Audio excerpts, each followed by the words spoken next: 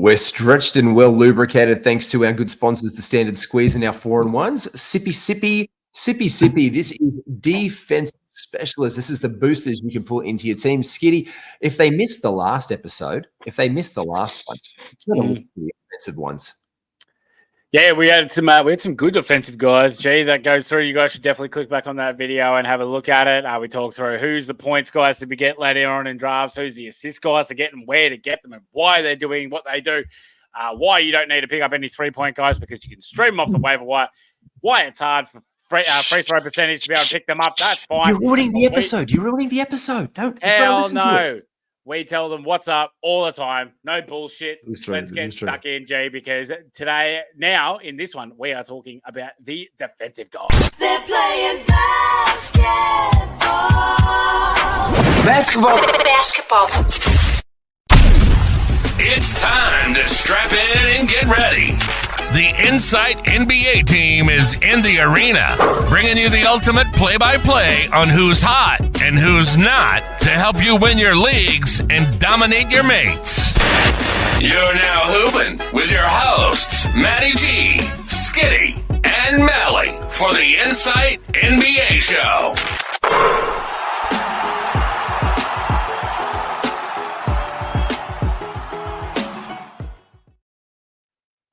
It's like a nice serve. It's like, your turn, Skiddy. Because you gave all the secrets of the trade away in the last episode, we will start with the guys because we're talking defensive specialists. When we look at our 8-cat or 9-cat, this is basically in 2 areas or defense. Rebounds are more of a defensive cat, so we've thrown in here, but there are 3 major areas that we could call defensive or accumulative stats, as you'd like to call it, which is rebounds, blocks, and steals. So we've got some guys and targets for your drafts in this one, but there are also guys who serve you in the way of field goal percentage. Now, these are guys who we featured in the last episode, but you will probably see their names come up again because they do contribute to, and this is where punt builds. Hold on, let's pause this slideshow for a second. And audio is going to get all the gravy. This is why punt builds really come in essential for things like this, where people can get these accumulative stats. And we're seeing there's a trend away from where I'm punting points and threes and trying to get these stats because you can get field goal percentage, you can get rebounds, blocks, and steals.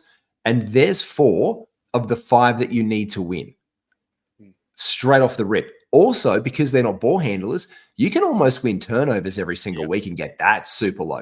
So there is 5 cats off the rip. And this is where we're seeing, and I know you've seen it as well, there is a trend for punting points and threes right now to focus on these areas. Yeah, there definitely is. It just depends on who you get in those first couple of rounds to be able to which avenue you go to, because you're not going to sit there and go, hey, I'm going to get Luka, and then you're going to start trying to pump points. That's just stupid. Why would you punt points when you got the first, second, third best scorer in the NBA? Like it's just outrageous. But yeah, I agree with that. Like they're guys that you can kind of like go around with your team to be able to like pair them up nicely with your endpoints. You just got to kind of look when you're punting of it's good to look at what they are giving you, but you also have to remember what they are taking away from you. A lot of these guys where you're talking about rebounders and high field goal players and blocks guys, a lot of them do directly correlate into the fact that they are shit free throw shooters. And it's just how it is. Or they're poor assist guys. There's no point in going in and going, hey, I'm going to try and win free throw percentage each week. And then you draft guys like Mitchell Robinson, Jakob Poeltl, and you're just sitting there going, oh, that's just absolutely killed me. Like, yeah, you got to keep an eye on it. It's not going to destroy your fantasy team, but it's something that you don't want to pick too many of them. You want to keep an eye on what you are doing. Now, we did make this argument before. You can offset some of these kind of things if you build right. Like we said, if you take Shea and you're at pick 3 or 4, and then you double up on points and assists and getting those little things, and you get Dame. We said that Dame, the back into your second round. We talked about free throw percentage and how that correlates. These are guys who get to the line a lot. And between them, generally speaking, you could get about 20 free throws per game between those 2 guys. Correct. So I'm trying to pull it up because I just think it's bloody stupid. Because then you can get guys like Jakob Poeltl in your team who might take 4, 5, or 6 a game, depending on what his averages are, or go down to what his expected one is for this season. He's expected to take 3 a game, between 2 to 3 a game. and he shoots at 500. So you can almost absorb that to make your team still plus 800 on the amount that you do. Look, I'll even do the mathematics. Look at this. It's If I not take- as, but it I'm doesn't doing make it. you I'm as doing elite as you'd want to be with those games that Pirtle's playing, because sometimes Pirtle might play 4 games in a week and Shea may only play 2, and he might offset it more than you would want. And if you've punted to only win 5-4, then you're going to lose that week. Yes. And this is why we talk about the volatility of these areas. So these guys, if they shoot poorly, and we've seen it, we've even seen Donovan Mitchell step up to the line. He might be like an elite free throw shooter, but we've seen him uncannily get to the line 3 times a game and go 1 from 3. And that impacts your week because it's an anomaly. And anomalies happen, and there's a lot of pull. And this is what happens with field goal percentage. All of a sudden, Gafford or Lively or Trace Jackson-Davis, Mark Williams, he goes out of his team. Zubac misses some bunnies, Hartenstein, and they come back down to earth over those elite ones. This is where guys like that lose a little bit of value, but they can boost you because they bring you such goodness in other areas like the rebounds, mate. These are some names you pulled out, Skiddy, that you think are the big bounds of rebound. Yeah, mate. So when we're looking at guys, I kind of tried to get, guys that can get you out of position ones, because the most elite rebounders, we're obviously looking at Sabonis, Gobert, Davis, Jokic. Jalen Duran's an absolute ripper. That's kind of around that 50s mark where you can get him a little bit earlier. I really wanted to put Yusuf Nurkic in here as well. He averaged 11 rebounds per game, but I really worry about what the Suns are going to do with playing a bit more KD at center. And I don't know how Nurkic is going to be able to do. Then Capella's the next one there. Capella is obviously got the Okongwu trouble there. But then let's get stuck into a couple of these guys, G, because DeAndre Ayton, I think he could be in for a big year.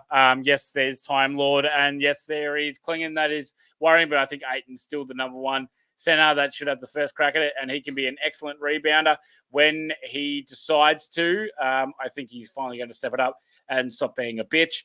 So that'll be good for him. Vucevic, he's going around the 60-odd mark now, G. Yeah. It's definitely declined down, and he's still a great rebounder. He was plus 10 last year. He may have even been higher. What was he? 10.5? Fantastic. 10.5, yeah.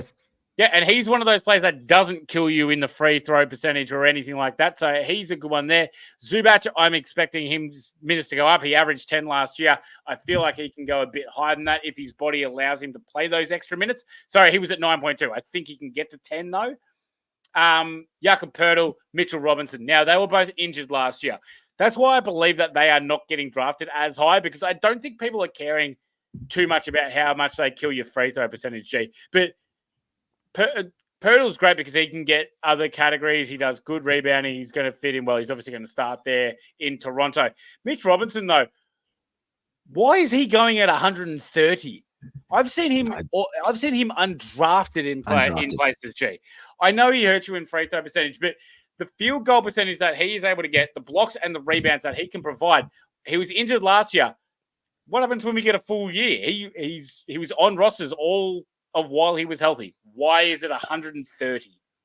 It's once bitten, twice shy. And then it's like, oh, I'm not twice shy. I'm third time. Third time's a charm. You don't draft him. Like, let's say the guy plays 55 to 60 games tops. Like, what are we looking at here for him? Like, he can do it. Is he going to get he's under Thibodeau's system? How many minutes is he going to get with this brand new, reinvigorated Julius Randle's coming back? There's got to be room for Mikal Bridges and OG Anunoby. Like, the guy is, if you're punting some of the stats, his value obviously is tremendous, and it goes up a lot, to be honest. And this is the crazy thing. Like you said, you've seen him undrafted. So have I. He started at the 111th ranked player on Yahoo ADP data. He's now going at 123. So he's actually got a round worse now. And the most recent average data for him, he's actually slid back an entire round. It's like, he's actually, no, you know what? I'll take some upside. Because when we get to these last couple of rounds, like, do you want to take that injury risk on and see where it goes for the upside? No. That a lot of managers are like, no, I'll grab a Khalil Ware. You know, I'll grab an Amen Thompson. I'll grab a Kongwu. He's moved up to 120 from being 130. So there's a bit of bias going on around him. I'll grab like someone else who's on our list recently, Trace Jackson Davis. he's going to be around this one, getting you some rebounds around this mark. So people are just looking for the upside and moving Mitch Robinson out of that one, because it's funny, because this is the other thing, what you said about these guys. Mitchie Robinson also appears on this list, like guys like Trace Jackson-Davis. Yep. But there's also, and again, old mate Yucca Pirtle, but there's some other names you like here, Skiddy. Yeah, I mean, Brook Lopez is obviously one that, he's been one of the best blocks guys for a long, long time now in the NBA. Last year, he was third, 2.4 a game, as well as Walker Kessler. Lopez has been going around 70s. He goes in a weird spot where a few centers will come off the board in Duran and Jared Allen and guys like this. They'll come off the board, and then Lopez will stay there. And then he'll go around that 60, 70 mark. And then a lot of other centers will go around the 90 odd. So he's in that kind of right in the middle bit, which is a little bit of a weird opportunity spot for him. There's still a good point to be able to get more blocks there from him. Walker Kessler's been going so late because Jordan Collins was starting over him last season. I still think there's a chance for Kessler. It's a hard one, but I think that he can get back his starting spot. It's year 3. We'll see how that goes. And then, Derek Lively, again, it depends on what happens there with Dan Gafford, but Yucca Pirtle's another ripper. Around that 90 mark to be able to get that kind of blocks that he provides. Yes, he hurt you in free throw, but what he provides is so much better. Yeah, it's a sneaky steal you can get into your leagues 100%, because the league leader 100% is Victor Wembanyama. Now he was at 3.6 last year, but then you look at the other guys, and he's gone off the board in the first pick, but the next guy is Walker Kessler and Lopez, both at 2.4 before AD, another first rounder there with 2.3. Gee, look at that drop off where we're talking about. So it's a great pickup. That Victor's obviously the main guy at 3.6, and then Kessler through to Miles Turner at number 9. That is 2.4 to 1.9, and then look at the drop off after that. 10 to Jaren Jackson is 1.6. So those 10 guys are getting the main set of blocks, and then it kind of drops off after that because you can kind of look at a lot of other players. Then 3 guys there, and then we go into 1.2, where it's not giving you a super amount of advantage, but these other guys can do it. And again, as with this as well, games played was 50 for Yucca Pirtle last year. He was injured. Well, we know that from him. A year healthy under his belt. He was also not liked. Coach didn't like him last year. We saw him coming out of games. There was minutes up and down all over the place. They brought Kelly Olynyk into Toronto. So we could probably expect some more stability from him as the starting center, with Olynyk coming off the bench and cooking a little bit more and stretching the floor, depending on the matchup as well. We could see that being variable. But guys like this who all go hard, even dudes like Scotty Barnes last year, big year for him on the block boards, 1.5 blocks per game. He's a second rounder that's gone. But again, you look at Kessler, Lopez, and Rudy Gobert is another one who was a little bit cheeky. He was the only other one in that list, apart from Nick Claxton, who's about on value, that we can see that's about 2 blocks or more a game. So if you are going to chase that, especially after Wemby goes with the first pick, I mean, there's 3.5 blocks a game automatically your way. You know what I mean? So that's going to, and also the games that he gets them in spades, that's what makes him such a big, sexy block store. But it's the first pick. So guys, again, like Lopez, Gafford, Kessler, Jackson Davis, Pirtle, Lively the second, and Mitch Robinson really play a part in boosting that strategy up for you. Steals. Sorry, just quickly, Jay. It's almost like with how it was situated last year, if you get Wemby and then you pair him with one of these other guys like Kessler, Lopez, Davis, Holmgren, Gobert, Gafford, Claxton, or Turner, or even Jaren Jackson with Jar back, that can almost get you enough blocks to, it might not guarantee you the win, but you're going to be in a bloody good spot with just 2 of those guys. You are going to be looking at these rebound specialists, these big boy specialists. But then again, the flip side of this argument is he is not an elite free throw shooter, Wemby. Correct. He's around 79% last year. Better than most centers, in fairness, though. So, better than most. It's not egregious. It's not a horrible slight against him. But then again, he's definitely not as good as other centers in field goal percentage. He was at 46% last year. Again, rookie legs, whatever you want to call it. But still, it's the game that he plays as well. He's Kevin Durant and Chris Paul and LeBron James and a 7-foot freaking 8, like he has to 8 do everything. man of just. He has to do everything in his team. So he's going to cook and he's going to have some. He also gets you 1.2 steals a game. And again, this is where steals are a very volatile spot. You can just bring in streamers left, right, and center for steals as the season develops. But there are some nice specialists, Skiddy, that you can target in your draft to help give you that advantage and not make you source them off the wire. Yeah, 100%, G. When we look at a couple of these steals, guys, Marcus Smart was the number one steals guy last season in the limited games that he did play. He averaged 2.2 steals per game, so he was definitely the guy for it. But after that, we look at De'Aaron Fox and Shea, both averaged 2. Then we look at Matisse Thybulle, which is just like, I don't trust it all in Portland. You just don't know there. Caruso is a guy that I feel like he's getting drafted too high, G. He did average 1.7, so it is tied a lot into his steals from last season of why he was so good fantasy-wise. Yes, he doesn't hurt you in any categories, but when your steals are so fluctuational, then, yeah, I can see where it's a little bit like, are we 100% super convinced in this? But either way, that's fine. I still think it's okay. But, yeah, when it's so tied to how good his steals were, because when we look at it, G, the steals-wise was Smart was on 2.2, Fox, Shea were both at 2, Thybulle and Caruso at 1.7, Kawhi at 1.6, and then Paul George at 1.5. And then we start to see the group back up again with a lot of 1.4s, 1.3, 1.2s, 1.1s, and then 1s. So that's why it's like why Smart is so influential to it. But I still feel like Caruso, if he gets the game time, he's going to give you good steals. Same as Suggs. Suggs definitely stepped it up late in the season when Fultz went down. Dyson Daniels is now, he was at 1.4 steals per game last year in limited minutes. He now has a chance to be able to get massive bulk minutes increase in Atlanta. So that could definitely be a big one there for Dyson. And then the other one there is D'Anthony Melton. Again, limited minutes, was able to generate a good amount of steals, and now he finds himself in Golden State, where he could get starters minutes. He may not start, but he could get starters minutes next to Steph Curry, taking over Brandon Bajemski.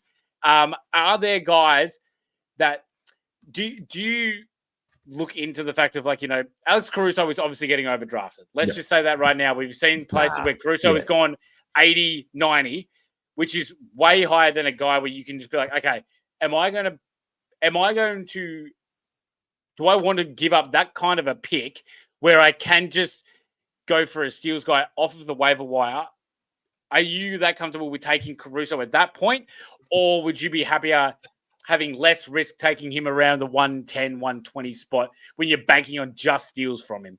You're making me a really conflicted man, Skidmore. Look, I see, honestly, the point is this. I see Alex Caruso as a top 70, 75 player in fantasy basketball.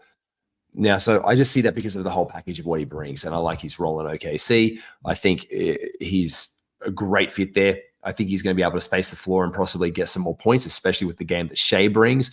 They needed that around the outside. I think he's a nice complement to what they have. I think it's more of an indictment of Lou Dort there, funnily enough, than anything else, because I see Lou Dort losing the minutes. Is he going to be the sixth man? If Caruso is the starting shooting guard, you know what I mean? Like, is he though? I just don't know. Is he though? This is what I just want to see how it plays out. I just want to see it. But that's my value of. That's my value on Caruso. I love him. He's going to be either he's the starting shooting guard or small forward in that team. I think at the end of the day, and you've got Hartenstein, you've got Chet, you've got Jalen Williams, you've got Shea, and you've got Dort or Caruso in this defensive position. And Caruso is a better Dort. Caruso is a better Dort. No, you're also forgetting about Isaiah Joe. If he's going to be the starting three to come in for shooting wise, if they don't also do that, they could also go Lindy Waters. They have so many different lineups that the Oklahoma City Thunder could do in this situation. Yeah, look, and I love OKC this year. I think it's going to be a hell of a lot of fun to watch. Like I'm rooting for them to win it all. To be fair, like I think that's my underdog team. In a way, not that they're underdogs, everyone loves them, but I just love the journey of OKC to this point. But for me, where I rate a guy as a top 70, 75 player, I get it. But when I see him still at Yahoo Data and on the most recent look as well, he is still, this is where he goes. He started at 110 and now he's fair and square in the choppers at 104. So he's just fallen out the top. So I see the value in people getting him around 80 or 90 for a particular target. But this is the thing. When you were drafting him and you want that, and you're at pick number 1, and you've got, you've come back on your snake draft or you're at the turn, you're not going to get him in 20 picks time. And you want steals now. You're trying to lock up steals now. Like, I've got Shea on my team. I've got Kawhi, I've got Shea. And God, I got someone else because Kawhi fell to the 3rd round and I picked, let's say you are pick 3, right? Pick 4. You get Shea, you come back around, you get someone, and then no one takes Kawhi and he's sitting there at, pick 28 or something like that in the whatever it is in the 3rd round. And you're like, I've got to take Kawhi. Well, all of a sudden you're like just cleaning up steals left, right, and center in your league, but you really want to get Caruso and build up that field goal percentage and what he does. It complements your team. So you take it because you're not going to get it in 20. And I can understand the rationale for it. But I think, as you said, that's where you give the overdraft. Yeah. I need to ask this, though. When we're yes, he still drafting, like yeah, I know that. That's fine. But when we're drafting Caruso, right? Because I've seen Caruso go top 80 before, right? But why are people taking him over like Marcus Smart? When Smart's a better steals guy, he does the exact same stuff that Caruso does. The only difference is that Caruso gets more blocks out of the guard position. Yes. So why are people so much more comfortable with taking Caruso at 80 odd when they could be getting Marcus Smart, who's been going around about 100 to 110, when I think they're about on par? I don't understand where this 30-player differential is. In the immortal words of one doctor by the name of Dre, motherfuckers forgot about me. It's the truth, man. What you're saying is they're not smart. They aren't smart because this is, I still think Caruso was better than Smart, but I think what the thing 30? here is, maybe not 30. Yeah, maybe. Look, yeah, I think so. 30? I think so. I look, but if you're going for steals, the relational value of them both increases exponentially. So if that's your focus, field goal percentage, who's better? Caruso. Barely, but he's still better. Like 3-point percentage, Caruso was a 400 3-point percentage guy last year. Last year in minimum 20 games, Marcus Smart, 31%. So this is where Caruso gets that bump for me. Who's got the higher free throw percentage? Both around 76% from the line. Yeah. So this is where they do get that. Points, Marcus Smart had more points. So what do you value? What are you trying to get? Smart had more threes, Smart had more assists, Smart had more steals as well. I just don't. I don't see it was in 20 games. Then it's insane to take Marcus Smart at 80 by the same count. Oh, 100%. 100%. And so this is where I see I see their relational value for what punt you're kind of going to try and get. I see Marcus Smart as a top one, maybe a 120-ish player, 100%. But I do see Caruso, I see him a lot better overall for fantasy fit. I just do. That's where I rank him. I just like his set. But I think when we're drafting him, if we're drafting him that eagerly, we're eating away the value we can get for other guys who are in that 70 or 80. But it depends on your – yeah, and that's where the punt really comes into it. And that's where we're talking semantics of but I want to win this. I'm like, okay, great, you do. Go and win your league. Merry Christmas. But when they fall to around 90, 95, 100, and that's where they are, that's the round this is going to be the first punter in your league, in your cash comp, who's going to take that guy. Yeah. And you know what? Fucking heaven forbid that was to do with the first pick in the draft, who was there the week pick before and who was thinking about taking them 24 picks before, and they come back and they're like, you know what? Thank you, motherfuckers, because I've just got those out of position blocks with Alex Caruso. I've just got those 2 steals a game, and I'm going to pair that with Victor Wembanyama, Damian Lillard, and Kawhi Leonard. And thank you, mother, for the rabbits, because that's what they're going to be doing come draft day. And that's where you need to be smart as well and see if that can feed you. It's also taking him. Skiddy, I know you do this. You see what other people have, and you're like, nah, I don't want you to have that bloke. Caruso's a really great dude when it comes into that mode. He is the master of many. Jack of all trades, absolutely. And now that you were saying it as well, it does actually make a lot more sense because he was one of 3 guards to average 1 block per game last season. So yes, that the out of position blocks massive. You're right there. Again, I just wouldn't be taking him top 80, but I can definitely see the mark of it just because I'm still worried about how the whole Oklahoma City rotation lineup is going to work. Because there's a lot of different things that they're able to do. But either way, I still think it's good. Maybe just Caruso's starting to get a bit priced out at where he's currently getting drafted around the 80s, but back to 100s, I love it. I reckon that's fun. Yeah, absolutely love it. And you know what I love? I love the big draft board because it is now available on our Patreon. The update is dropping. It's exclusive on Patreon. You can get 4 analyst boards, consensus rank board, and a whole bunch of gear off that one. It is an essential tool come your draft, and you can get that right now. The link is below for that one. Also, big shout out to our sponsors. I know that we are enjoying a wonderful cold beverage each in our standard squeeze 4-in-1 cups. Raise them on up. IFS15 is the promo code you want to be using. Keep your beverages warm, keep your drinks chilled, keep your coffee hot. All thanks to our good friends, Standard Squeeze. They've got some amazing apparel as well. The details for them are down below in the link tree. Fantasy season's approaching, man. It's like just over a month away. The NBA season kicks off, Skiddy. Yes, sir. Yeah, can't wait to get stuck into a couple of drafts. So here we go. I'm going to pants you as always. It's going to be absolutely awesome, Jep. Hey, I won last year. I will take you. Which one did you win? Oh, you did win one. Yeah. Which one did you win last year? Just do a couple of check. I won a mate's one, and then I won. I beat you in one, and then I lost to Damo in the end because what's his face got knocked over. Yeah, you beat me in one. One. We're on the two together. Yeah, but I beat you in the other one, so it's like a tie. Beat you in yours. It's fine. All right. That's fine. You did, you bastard. Hey, I love you, Skiddy. Make sure you like and subscribe to all of it for more antics, for more NBA content, and still coming at you right here on the Inside Podcast Network. This is the Inside NBA Show. I'm at NBA GWiz. That is at Skiddy IFS, and you are very welcome. And we thank you for your time. Take care.